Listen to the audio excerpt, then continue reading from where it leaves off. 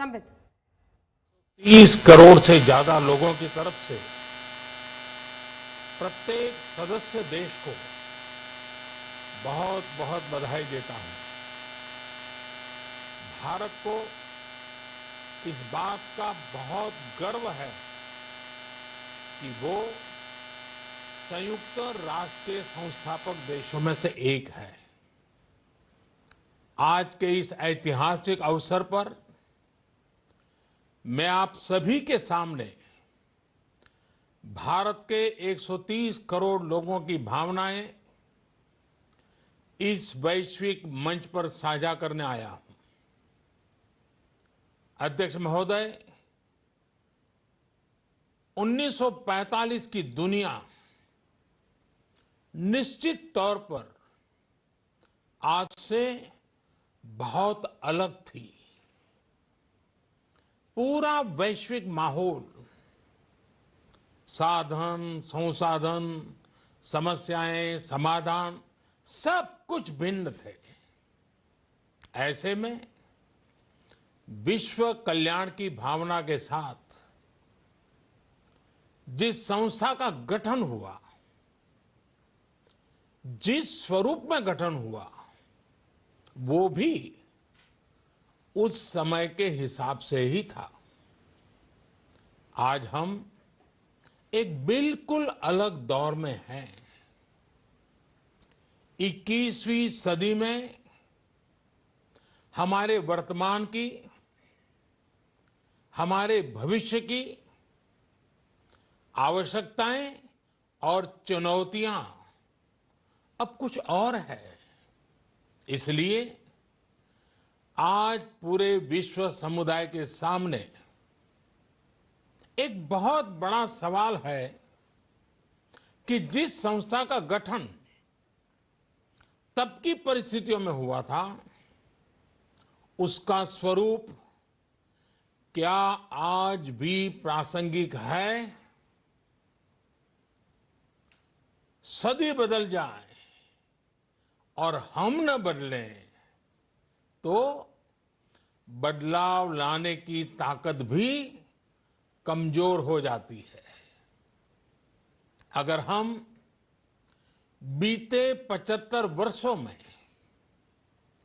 संयुक्त राष्ट्र की उपलब्धियों का मूल्यांकन करें तो अनेक उपलब्धियां दिखाई देती हैं, लेकिन इसके साथ ही अनेक ऐसे उदाहरण भी हैं जो संयुक्त राष्ट्र के सामने गंभीर आत्ममंथन की आवश्यकता खड़ी करते हैं।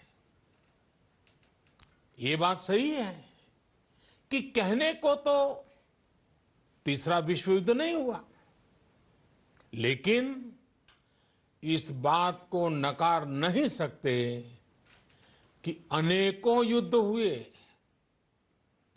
अनेकों गृह युद्ध भी हुए। कितने ही आतंकी हमलों ने पूरी दुनिया को थर्रा कर रख दिया। खून की नदियां बहती रही।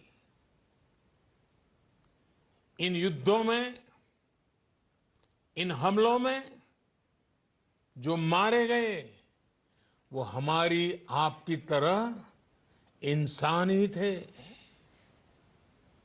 वो लाखों मासूम बच्चे जिन्हें दुनिया पर छा जाना था, वो दुनिया छोड़कर चले गए। कितने ही लोगों को अपने जीवन भर की पूंजी गंवानी पड़ी, अपने सपनों का घर छोड़ना पड़ा। उस समय और आज भी संयुक्त राष्ट्र के प्रयास क्या पर्याप्त थे? पिछले 8-9 महीने से पूरा विश्व कोरोना वैश्विक महामारी से संघर्ष कर रहा है। इस वैश्विक महामारी से निपटने के प्रयासों में संयुक्त राष्ट्र कहां है? एक प्रभावशाली रिस्पांस कहां है? अध्यक्ष महोदय, संयुक्त राष्ट्र की प्रतिक्रियाओं में बदलाव, व्यवस्थाओं में बदलाव, स्वरूप में बदलाव आज समय की मांग है। संयुक्त राष्ट्र का भारत में जो सम्मान है, भारत के 130 करोड़ से ज्यादा लोगों का इस वैश्विक संस्था पर जो अटूट विश्वास है, वो आपको बहुत कम देशों में मिलेगा। लेकिन ये भी उतनी ही बड़ी सच्चाई है कि भारत के लोग संयुक्त राष्ट्र के रिफॉर्म को लेकर जो प्रोसेस चल रहा है, उसके पूरा होने का बहुत लंबे समय से इंतजार कर रहे हैं। आज भारत के लोग चिंतित हैं कि क्या ये प्रोसेस कभी एक लॉजिकल एंड तक पहुंच पाएगा? आखिर कब तक भारत को संयुक्त राष्ट्र के डिसीजन मेकिंग स्ट्रक्चर से अलग रखा जाएगा?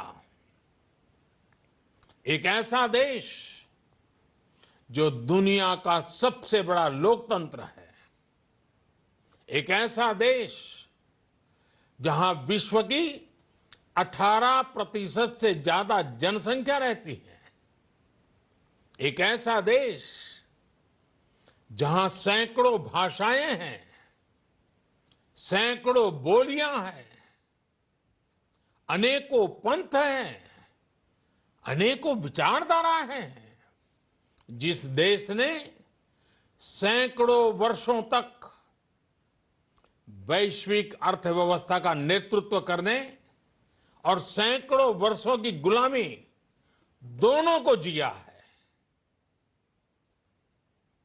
अध्यक्ष महोदय, जब हम मजबूत थे तो दुनिया को कभी सताया नहीं। जब हम मजबूर थे तो दुनिया पर कभी बोझ नहीं बने।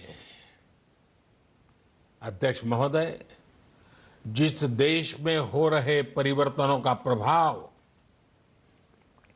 दुनिया के बहुत बड़े हिस्से पर पड़ता है, उस देश को आखिर कब तक इंतजार करना पड़ेगा? अध्यक्ष महोदय, संयुक्त राष्ट्र जिन आदर्शों के साथ स्थापित हुआ था और भारत की मूल दार्शनिक सोच बहुत मिलती जुलती है, अलग नहीं है। संयुक्त राष्ट्र के इसी हॉल में ये शब्द अनेकों बार गूंजा है, वसुधैव कुटुंबकम। हम पूरे विश्व को एक परिवार मानते हैं। यह हमारी संस्कृति, संस्कार और सोच का हिस्सा है। संयुक्त राष्ट्र में भी भारत ने हमेशा विश्व कल्याण को ही प्राथमिकता दी है। भारत वो देश है जिसने शांति की स्थापना के लिए लगभग 50 पीस कीपिंग मिशंस में अपने जांबाज सैनिक भेजे। भारत वो देश है जिसने शांति की स्थापना में सबसे ज्यादा अपने वीर सैनिकों को खोया है। आज प्रत्येक भारतवासी संयुक्त राष्ट्र में अपने योगदान को देखते हुए संयुक्त राष्ट्र में अपनी व्यापक भूमिका भी देख रहा है। अध्यक्ष महोदय, 2 अक्टूबर को international day of non violence और 21 जून को